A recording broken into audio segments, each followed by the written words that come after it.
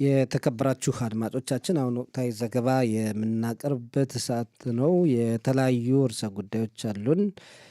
እንግዲህ ትልቁ አሁን መነጋገሪያ የሆነው በሰሜኑ ክፍለ ሀገር በሰሜን እስራኤል በኩል ከሊባኖስ ተኩሶች እንደቀጠሉ እንደሆነ አካባቢው እንዳልተረጋጋ ነገም ትምህርት ቤቶች እንደሚዘጉ በአንዳንድ ቦታዎች እየተጠቀሰ ነውና ወርቅነሽ እንዴት ነው ያለው ሁኔታ?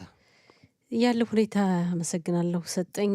ሰሜኑ እንግዲህ በጣም አስቸጋሪ ነው። የተኩስ አቁም ስምምነት ተደረሰ ከተባለ በእስራኤልና በሊባኖስ መካከል ሁለተኛ ሳምንቱ ተይዟል። ነገር ግን ጦርነቱ አላቆመም።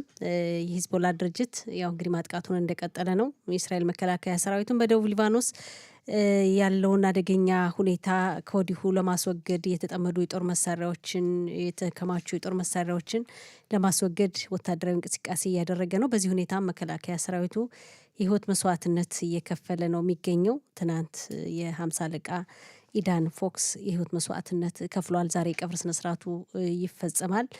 እንግዲህ የተኩስ አቁም ስምምነት ከተደረሰ በኋላ ሁለተኛ ወታደር ነው የህይወት መስዋዕትነት የሚከፍለውና የተኩስ አቁም ስምምነት ነው ወይስ የለየለት ጦርነት ነው የሚል ጥያቄ እየተነሳ ነው። በዚህ መካከል እንግዲህ ሊባኖስና እስራኤል በአሜሪካ አማካኝነት ሁለቱ በቀጥታ ድርድር ያው ጀምረዋል። በአምባሳደራቸው አማካኝነት ድርድሩ እንደሚቀጥል ነው የሚታወቀው። ይሁን እንጂ የሂዝቦላ ድርጅት ድርድሩን እየተቃወመ ነው።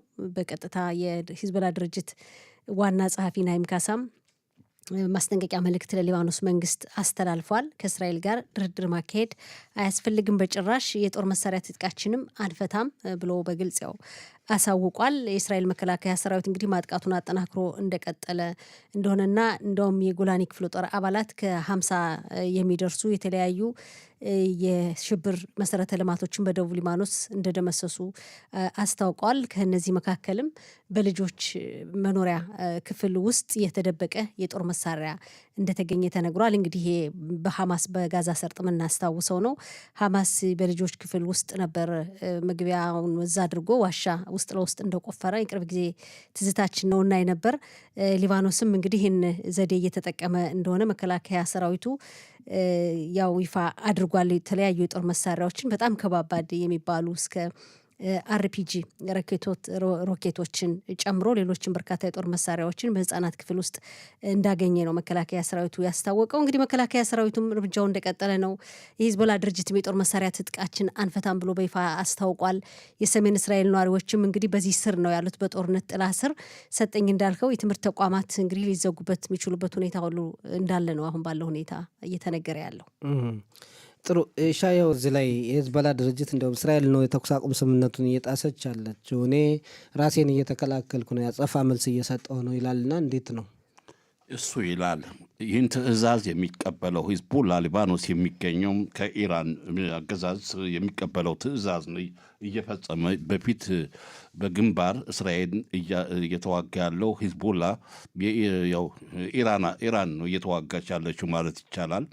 አሁን በሰሜኑ ክፍል ቀደም ሲል ወርቅነሽ ተንትነዋለች ያለውን ተጨባጭ ሁኔታ። ውጥረቱ ተባብሷል።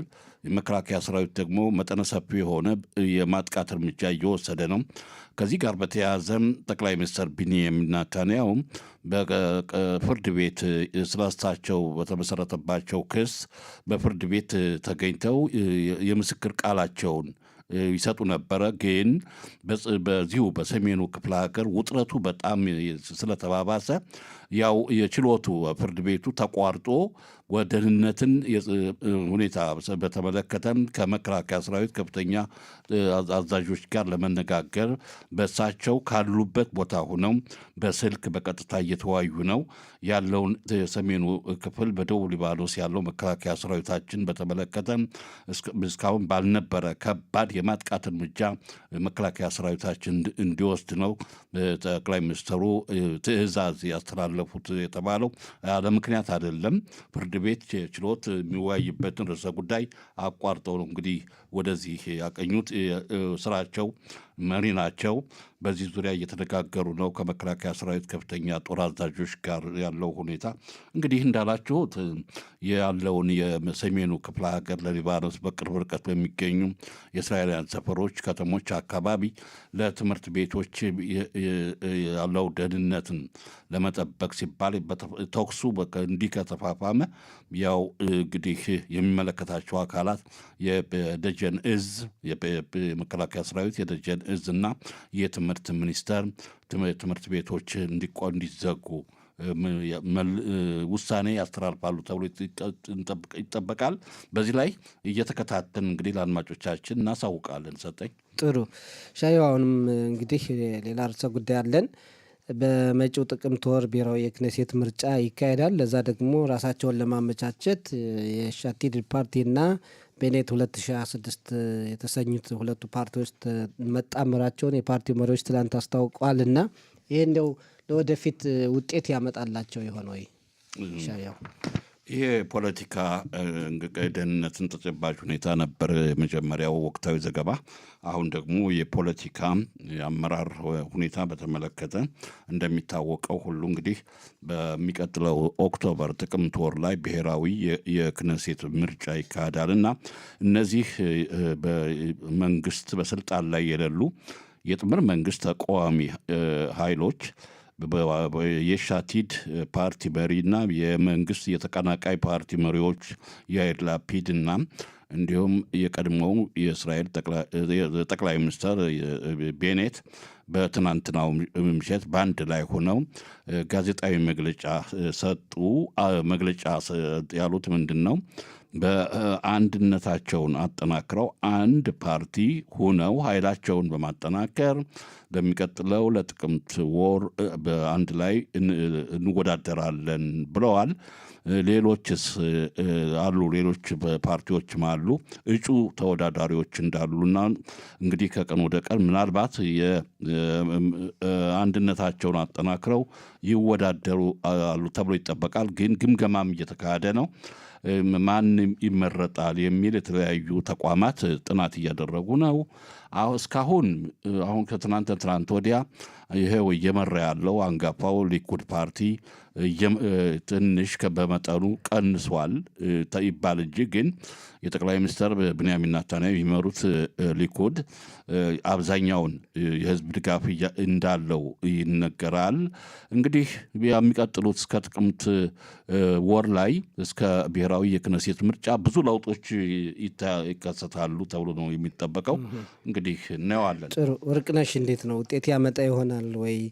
የያሻር ፓርቲ እንዲገባም እንፈልጋለን እያሉ የተናገሩበት ሁኔታ አለና እንዴት ታየዋለች? እንግዲህ ሰጠኝ አሁን ፓርቲዎች ይመስላል የግራ ክንፉን ይሄ ጉሽ ስሞል የሚባለውን ለማጠናከር ይመስላል አሁን ያለው ሂደትም። ትናንት የቤኔት 2026 የሚለው ፓርቲያቸውና የሻቲድ አንድ ላይ መዋሃዳቸውን ካስታወቁ ጀምሮ ተቃውሞም አለ። በእርግጥ በሊኩድ ፓርቲ በኩል በቀኝ ዘመሙ ፓርቲዎች በኩል የተለያዩ ተቃውሞችን እየሰማን ነው። በአረቦች እየተደገፈ የግራ ክንፍ ቡድን ነው እያሉ እየተቿቸው ነው። ቤኔትን ለቃላቸው አይታመኑም።